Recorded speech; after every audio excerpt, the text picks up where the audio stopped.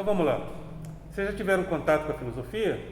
Sim, eu tive no primeiro ano, só que depois que da pandemia nunca mais. Eu também. Aí então você teve assim um contato rápido, né? De alguns dias só? Eu também. Ok. Muito pouco mesmo. Então, lembra do significado da palavra? Não lembro. Ela ficou tanto tempo na minha cabeça, eu esqueci. Filosofia significa amigo da sabedoria. Então, o que a gente vai ver é o conhecimento filosófico, mas antes a gente vai comparar o conhecimento filosófico com outros saberes, com outras formas de conhecimento. Então, nós seres humanos, nós seres vivos que pertencemos à plataforma humana, a gente tem uma dimensão que é o conhecimento. Então, mas a gente caminha no conhecimento no dia a dia, né? É impossível ser humano sem conhecer. Mas o saber que a gente caminha com ele no dia a dia é o conhecimento de senso comum. Conhecimento de senso comum é esse saber que a gente caminha com ele no dia a dia. E o conhecimento de senso comum, ele se baseia na opinião, na crença e na tradição. Todos nós temos as nossas opiniões. Isso é uma forma de conhecimento. Todos nós temos as nossas crenças, isso é uma forma de conhecimento. E todos nós pertencemos a muitas tradições, e isso são formas de conhecimento. Minha opinião, meu parecer pessoal, o melhor time do mundo é o Vascão, né? Essa é a minha opinião. Opinião não se discute. Quem fala que é o Flamengo, meta porrada, porque opinião não se discute, né? Vou discutir com o flamenguista? Eu da Força Jovem? Força Jovem não discute com o flamenguista, não. Chega, ó. Entendeu? A gente da Força Jovem, a gente é calmo, mas não tem muita paciência às vezes. Então, opinião, a crença é aquele saber que a gente adquire através da experiência, das sensações, dos sentidos. Por exemplo, você olha para o sol e você vê o sol daquela maneira, aquela cor, meio esbranquiçado, amarelado, avermelhado. Você jura que o sol é daquela cor, mas o sol não é da cor que nós vemos. A partir daí você forma uma crença. Os mitos eram formados em torno de crenças, né? Os mitos da mitologia grega, da mitologia judaica, enfim, os mitos são formados a partir da experiência pessoal do povo, do grupo, né? Uma afirmação pode se tornar uma crença pessoal por causa da experiência da pessoa. Homem não presta, não é isso que as meninas falam? Isso é uma crença adquirida através da experiência de algumas, com o pai, com a mãe ou com o namorado. Mas isso em si é uma crença. Homem não presta é muito genérico, né? Fala de todos, né? Mulher é tudo mercenária, né? Não tem essa afirmação? Isso é uma crença que se baseia na experiência de um ou outro, de alguns. Então, a primeira coisa é que o conhecimento de senso comum ele se difere da filosofia. Então, antes de participar do conhecimento científico, filosófico, a gente participa do conhecimento de senso comum, que é baseado na opinião, na crença e na tradição, que é o conhecimento que passa de geração para geração. Né? Meu pai me ensinou que o melhor time do mundo é o Vascão. Eu adquiri essa sabedoria, estou passando para vocês, e agora vocês passem para frente. Filhos de vocês serão vascaínos. Não, flamenguista. Pô, menos um ponto. Vai provar. Reprovou. Eu vou segurar o aluno aí. Entendeu? Essa sala deve ter... A maioria deve ser vascaína, né? Não é possível.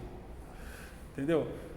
Então é isso. Então a opinião, a crença e a tradição fazem parte do conhecimento de senso comum. Mas, passando pelo senso comum, um dia a gente vai para a escola. E na escola a gente começa a ter contato com outros saberes, outros conhecimentos. Primeira coisa, a criança ela vive no núcleo familiar. E quando ela vive no núcleo familiar, principalmente se for filha única ou filho único, a pessoa entende que o mundo foi feito para ela, né? Aí quando ela vai na escola, quando ela vai para a escola, ela já precisa abrir um outro precedente. Agora ela vai participar de uma comunidade humana, de uma comunidade escolar. Eu lembro que quando eu fui para a escola pela primeira vez, que eu fui para o jardim de infância, tinha uma parte no jardim de infância, da gente brincar, que era construção. Então tinham vários materiais de madeira para você fazer construções. E eu lembro que a minha mãe comprou um caminhão de brinquedo para levar para essa construção. Aí eu falei, minha mãe está comprando o caminhão, está levando para a escola, o caminhão é meu, é lógico. Quando eu cheguei na escola, na hora da brincadeira, um outro aluninho brincando com o caminhão que a minha mãe comprou. Pai, deu uma confusão. E para eu entender que o caminhãozinho que a minha mãe comprou era para a escola, para todo mundo brincar junto, deu um inquérito. Olha, foram vários dias com aquele problema. Por quê?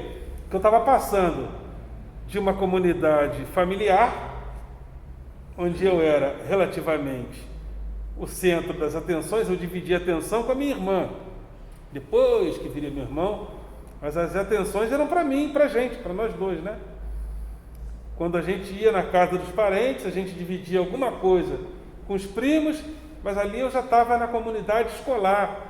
Então a criança vai para a comunidade escolar e já abre um outro precedente. Agora ela precisa conviver em comunidade. E ali na escola a gente começa a ter acesso a outros conhecimentos, né?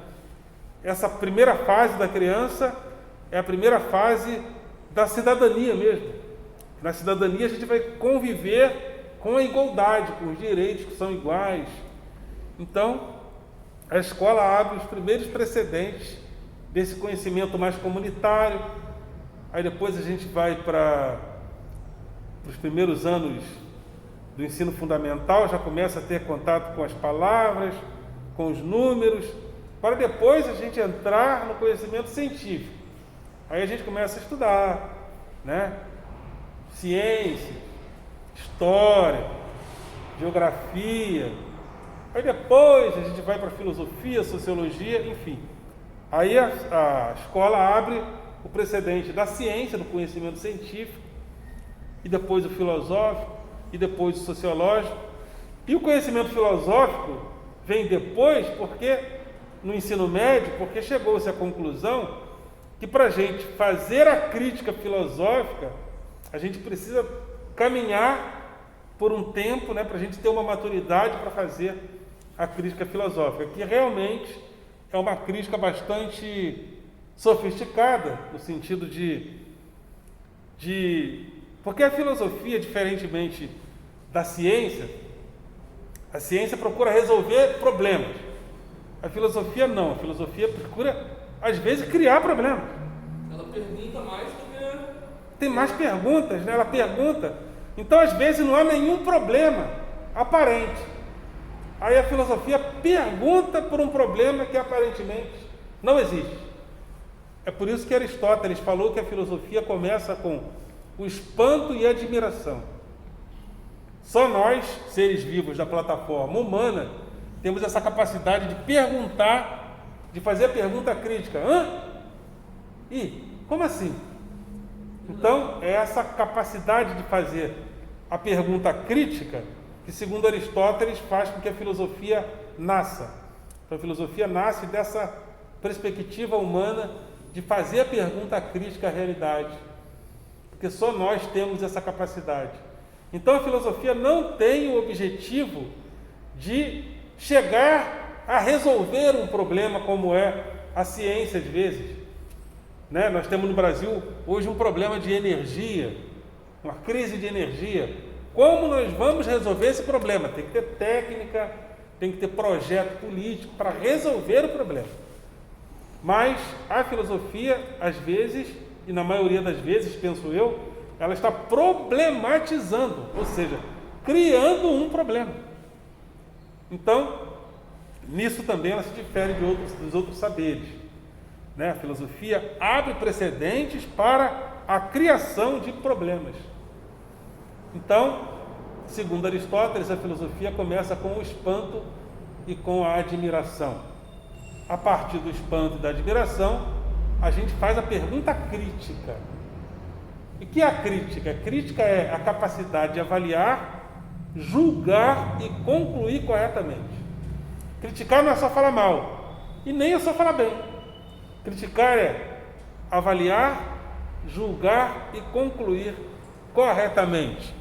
Quando, por exemplo, eu digo que o melhor jogador do mundo é o Hernan Cano, concorda? Que Gabigol não joga nada? Eu falei uma coisa, mas para eu fazer a crítica, eu preciso avaliar, julgar e concluir corretamente. Por que Hernan Cano joga mais que Gabigol? Porque Hernan Cano é mais veloz, dribla mais, cabeceia melhor, enfim, eu preciso justificar. E joga no Vascão, né? Fala sério, né? Vai responder já. Oi? Vai responder já. Então, crítica é a capacidade de avaliar, julgar e concluir corretamente. A gente entende que criticar só fala mal, né? Não. Falar mal, falar bem, desde que a gente avalie, julgue e conclua corretamente. Existem também críticas construtivas, né? Construtivas, destrutivas, enfim, desde que ela seja para uma avaliação, né, um julgamento e uma conclusão correta, é uma crítica, falando bem ou falando mal. Crítica é a capacidade de avaliar, julgar e concluir corretamente. Vem de uma palavra grega, críticos, que é isso, né? Avaliar, julgar e concluir corretamente. E também a filosofia ela se divide em etapas, né? A reflexão, a análise e a síntese. Reflexão vem da palavra reflexo. Quando uma luz bate num campo luminoso, ela volta para ela. Na reflexão, o nosso pensamento retorna à sua base para a gente fazer uma nova pergunta. Então, a reflexão é a capacidade que a gente tem de retornar à mente, a base, para fazer uma nova pergunta. Análise é quando a gente divide a realidade em partes para fazer para a gente concluir melhor. Então vamos supor que a gente comece a avaliar se esse CIEP aqui é bom. Então a gente divide em partes, né? A direção é organizada, as salas são limpas, tem gente na portaria, o professor é bonito, o professor é bonito. E é vascaíno. Então, a gente avalia, a gente faz a reflexão, a análise, que é dividir a realidade em partes, aí depois a gente reúne a reflexão, a análise e faz a síntese resumida, né? Uma vez que a gente fez a reflexão, a análise, a gente faz a síntese. E também filosofia é o domínio e a criação de conceitos. O filósofo ou o professor de filosofia, ele precisa minimamente dominar conceitos. E conceitos, eles são complexos porque eles têm uma estrutura interna. Por exemplo, quando a gente fala a palavra machismo, machismo é um conceito. O que é ser machista? Já pararam para pensar? O que é machismo? Você parte de uma palavra, macho, né? Macho mais ismo. O que é machismo? Feminismo, fêmea mais ismo. O que é feminismo? São conceitos que a palavra apresenta e a palavra já deixa uma pista, né? Macho mais ismo significa talvez que seria a priorização social e cultural para o macho, né? Ou seja, o machismo prioriza o macho. O feminismo, a princípio, era uma revolta, ou seja, uma reação do feminino, no sentido da sociedade privilegiar a fêmea, ou seja, aí, no tempo, o movimento feminista foi buscando mais a igualdade, né, entre o masculino e o feminino. Então, se eu sou um filósofo e quero discutir as questões de gênero, gênero é a discussão do papel do homem, papel de homens e mulheres na sociedade. Isso é uma discussão de gênero. Então, se eu quero discutir essa questão dentro da filosofia, eu vou precisar dominar esse conceito. O que é machismo? O que é feminismo? O que é ser de esquerda? O que é ser de direita? Porque na rede social, as pessoas estão discutindo, se debatendo, seu esquerdista, seu fascista, seu coxinha, seu isso. Ou seja, as pessoas, elas xingam as outras, ser esquerdista. Ser esquerdista não é crime, é uma posição política. Mas a pessoa xinga a outra como se aquilo fosse um crime. Como se ser esquerdista fosse um crime. E ela entende que é. Entendeu? Dela é certo, né? Ela entende que ser de esquerda é ser criminoso. Aí você pergunta para ela, mas o que é ser de esquerda? Aí ela comete aquele erro. Ser de esquerda é ser do PT. Não, ser do PT não é ser de esquerda. O PT é um dos partidos, é uma das instituições de esquerda. E mesmo assim, quando chegou no governo, não fez bem o governo de esquerda. Mas porque o Lula e o PT fazem parte de uma tradição de esquerda, principalmente lá no seu início, né, estava dialogando com o trabalhismo, né, que tem uma tradição de esquerda. Então, o PT ficou com essa pecha de esquerda e as pessoas entendem que ser de esquerda é ser do PT.